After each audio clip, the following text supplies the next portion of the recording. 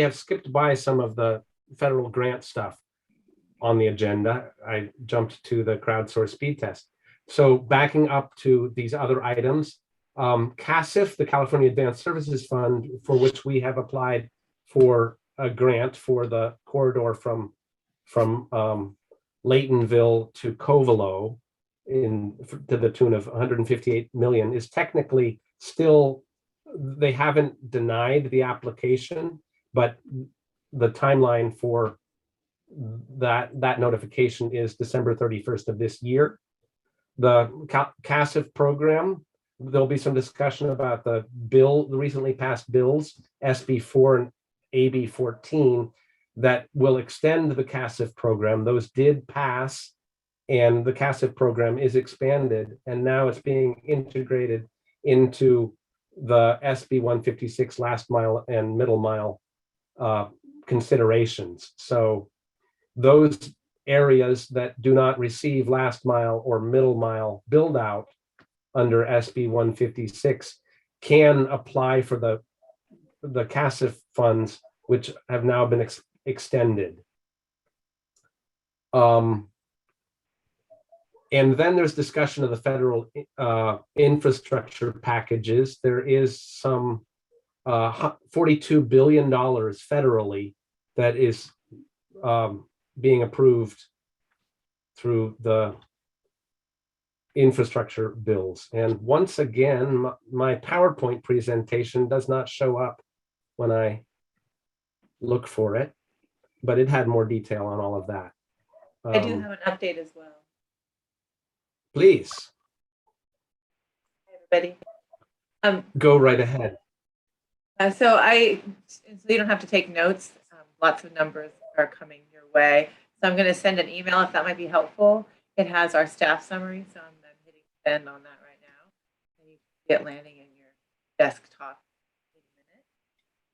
I just sent it as an email. So there you go. So this is a staff summary that was put together by my wonderful coworkers with assistance of our district director. And it covers on the first half, it talks about the BIF, if you will. And the bottom half talks about Build Back Better. As we know, the bipartisan infrastructure framework, that's the Infrastructure Investment and Jobs Act. We know that that's already been approved. So those are our confirmed numbers at the top. The bottom portion, Build Back Better, that has been passed by the House, as we know, but has not been yet passed by the Senate in the same format as well. So it has to be reconsidered now by the Senate to basically make it match. So that could be changed. So the bottom part is a projection of if it was not changed by the Senate, what we would have. So in particular, we're talking about really big numbers in terms of what the costs are, and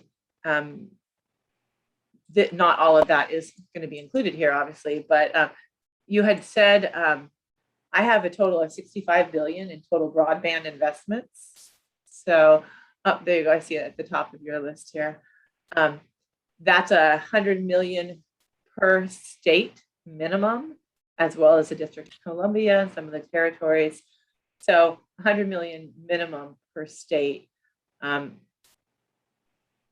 big part of that is the broadband equity program, the digital equity grants. So part of it, of course, is the 100 million that will go per state, but as well there will be grants. So it's a kind of a combination. And I have a summary over here. Hold on a second. Here we go. So the 100 million goes to each state, Washington, D.C., et cetera, and then the remaining is allocated using a formula based on the number of underserved or high-cost areas within each jurisdiction relative to the number across the United States, basically. So where you stand. I think it's important, for us to know that grantees could provide sub-grants for service projects connecting. So basically, there's the ability for grantees to support libraries, schools, providing internet capable devices or other projects that further the goal of increasing connectivity. so that there's an opportunity for partnership for sure. The digital equity and the digital inclusion contains quite a bit of support.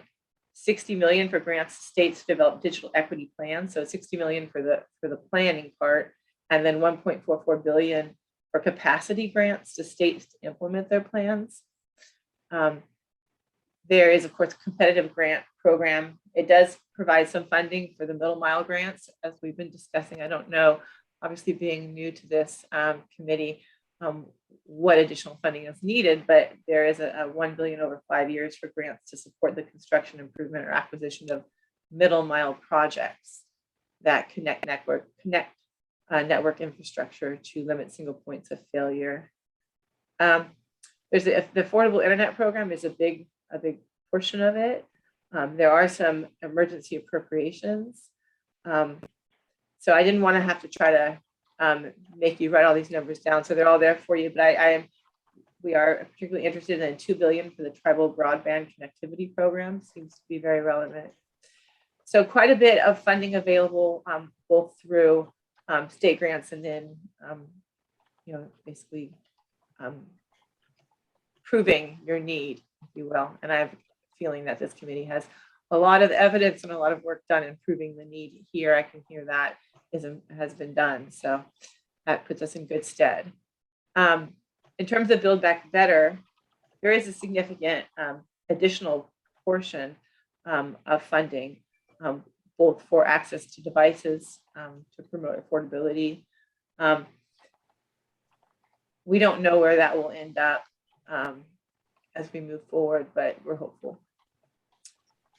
There you go. Everybody got Jess. Yeah, did you receive the email? That will include all the actual numbers as well as some of the fact sheets and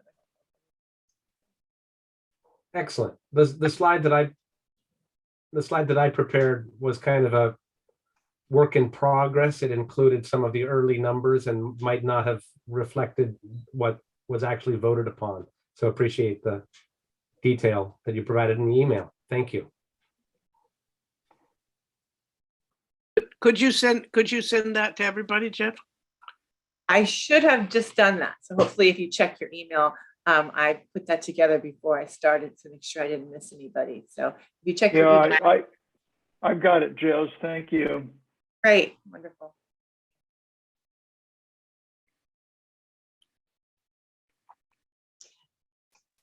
And so I think that we have, go right ahead.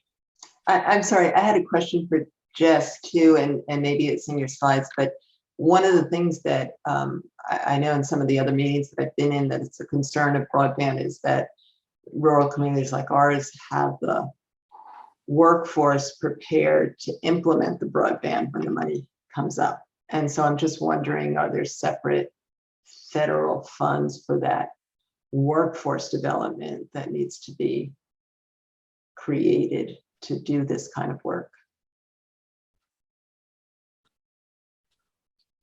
I'm not aware, but I will follow up and work with Jez to come up with an answer. Thanks. Yeah, just Definitely. I've been working with the Kashaya tribe, and working with the gentleman. His name is Frank Ramirez, but he's heavily tuned into broadband, and he actually specializes in workforce training. But we just had a conversation on it, and he said that he knows solutions to and existing pots of funding to support workforce and just general. So I think there is funding available, and there's tons of resources dedicated towards it that are already existing that we can tap into. It just may require organizing them and kind of just piecing it together with all the broadband initiatives to make it work. But so I think there's funding available already, but we just need to organize it a bit more. Thank you for those questions and comments. And so returning to the agenda as outlined, after we went back to cover the all other grants, and Jez Anderson provided the federal infrastructure package. The next, and having already covered the crowdsourced speed test, the next item would be updates from elected representatives, and Congressman Huffman would be at the top of the list. Jez has just provided a great deal of information, so if she wants to say a couple words in summary, otherwise we would move to item 3B. No, just if you have any questions, feel free to direct them to me. I do have some great resources that maybe questions, so feel free to send them. Your microphone cuts in and out. I'm not Oh, sure if sorry. it's just me. No, I was just saying, if you have any questions, send them my way. And if I can't answer them myself, I will make sure I get you an answer. That was it. Excellent. Well, we really appreciate you being here today and the wealth of information you provided. Thanks so much. And so next, I don't know, I can't see everyone at once. Ted.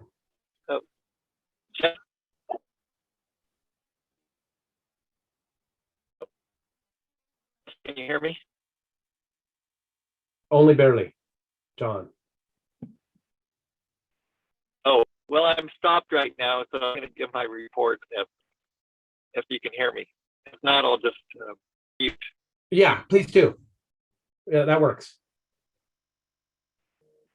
Yeah, well, Ted and I are just coming back from the CSAC, the California State Association of Counties. And certainly there's a lot of talk about the broadband and all the potential. So we're on the right track, what we're doing here.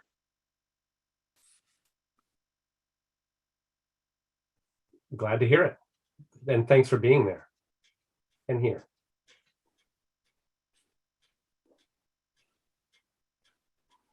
So I was able to communicate with Senator McGuire's office. They have a new representative, Trevor, and he did receive an invite, and we had several conversations.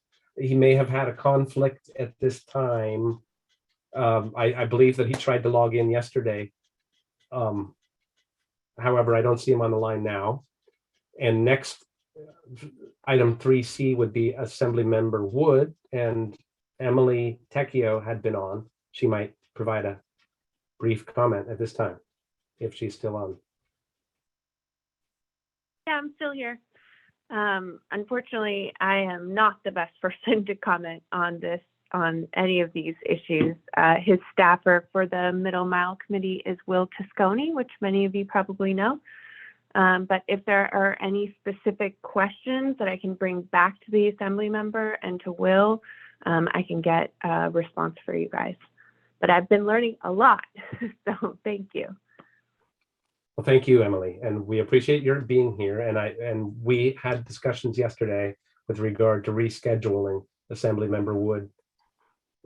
Ideally, we will be in communication in advance of the next quarterly meeting.